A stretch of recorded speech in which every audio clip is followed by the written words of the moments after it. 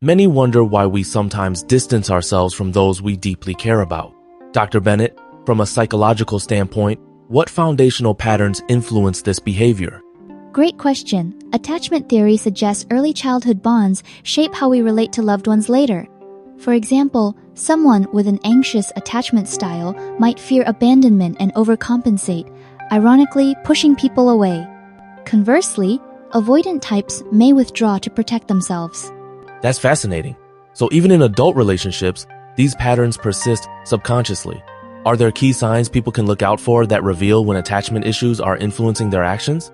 Absolutely. Patterns like consistently seeking reassurance or the urge to shut down during conflict are classic markers. Recognizing these early can be empowering.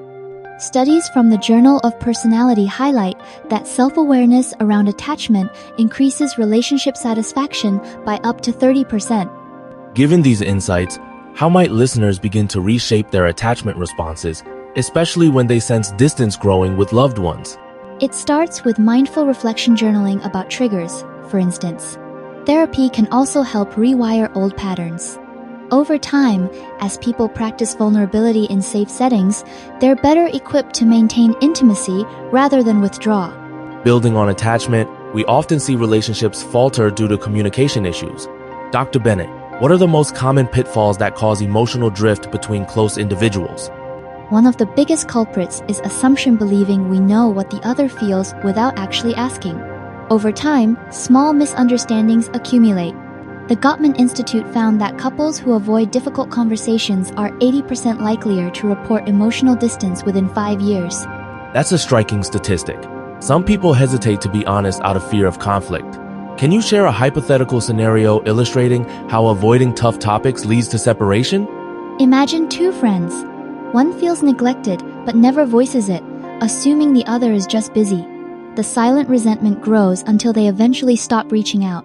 If instead they'd expressed their feelings, the friendship might have survived. So, what actionable steps can listeners take to bridge these gaps before they widen irreparably? Setting regular check-ins to share feelings, even if uncomfortable, can be transformative. Practicing active listening, reflecting back what you've heard, also fosters empathy and rebuilds trust. Sometimes, even with solid communication, people outgrow relationships. Dr. Bennett, how does personal evolution play into why we leave even our most cherished connections? Personal growth is inherently dynamic. As we pursue new interests, values, or careers, our inner circles may no longer align with who we're becoming. A Harvard longitudinal study found that life transitions like moving cities or changing jobs predict social circle shifts more than any other factor. That makes sense, but many feel guilt or grief when growing apart from loved ones. How can individuals honor both their personal journey and those connections they're leaving behind? It helps to reframe endings as natural parts of growth. Instead of viewing them as failures, see them as space-making for new opportunities. Rituals like writing a letter of gratitude, even if unsent, can offer closure and appreciation for what was shared. Are there warning signs that a relationship is holding someone back from evolving? If you consistently feel drained, unsupported, or unable to express your authentic self, those are strong indicators.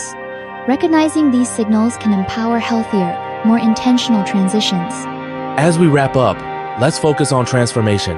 How can people turn the pain of leaving loved ones into a catalyst for meaningful personal growth, Dr. Bennett? Pain can be a powerful teacher. By reflecting on what led to separation without self-blame, individuals can identify patterns to change. Research from Stanford shows that those who process relationship endings with self-compassion are 50% more likely to report increased resilience within 6 months. That's encouraging. What practical exercises can listeners try to move forward constructively after a tough separation? Start by acknowledging your emotions: anger, sadness, relief without judgment. Journaling, meditation, or even creative arts can help process these feelings. Setting new goals, like joining a group or learning a skill, redirects energy toward growth. Any final words for those hesitant to let go, fearing loneliness, or regret? Loneliness is real but often temporary. Remember, every ending creates space for new beginnings. Trust that honoring your journey, even when difficult, will ultimately lead you to deeper connections with yourself and others.